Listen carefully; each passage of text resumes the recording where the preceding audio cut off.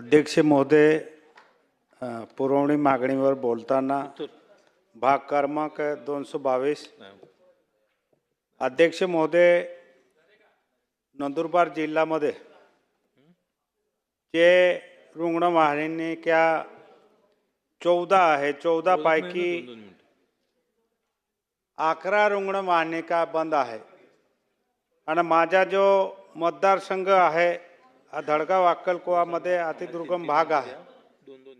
जो रुग्णवाहिका जर 14 पैकी 3 जर चालू असेल तर माझ्या जिल्ह्यामध्ये आरोग्याची व्यवस्था काय राहील हे तर मला माहिती आहे सर।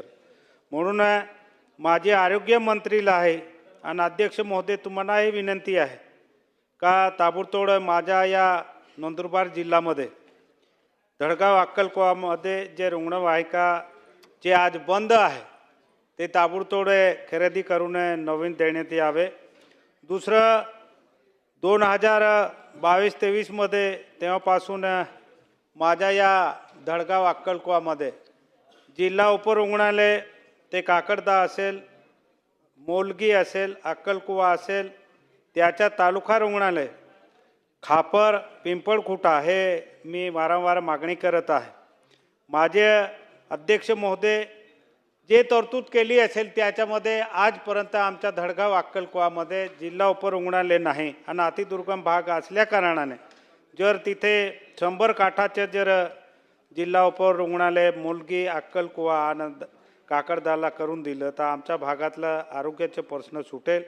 त्याच्यामध्ये खास अध्यक्ष महोदय, ज्या भागात मी आहे त्या भागात रस्त्याने त्या भागात जाण्यासाठी रस्ते नाही असल्या कारणाने वारंवार रुग्णाला घेऊन जाताना त्रास असतो आणि म्हणून खास करून आरोग्य जिथे जिथे इमारत आहे त्या ठिकाणी जाण्यासाठी रस्ते सुद्धा करण्यात यावे। खास करून जे आरोग्यासाठी लागणारे जे उपकेंद्रे असेल ते ताबडतोब त्यांना मंजुरी देऊन बांधण्यात यावे हे विनंती करतो आणि इथे थांबतो। जय हिंद, जय महाराष्ट्र।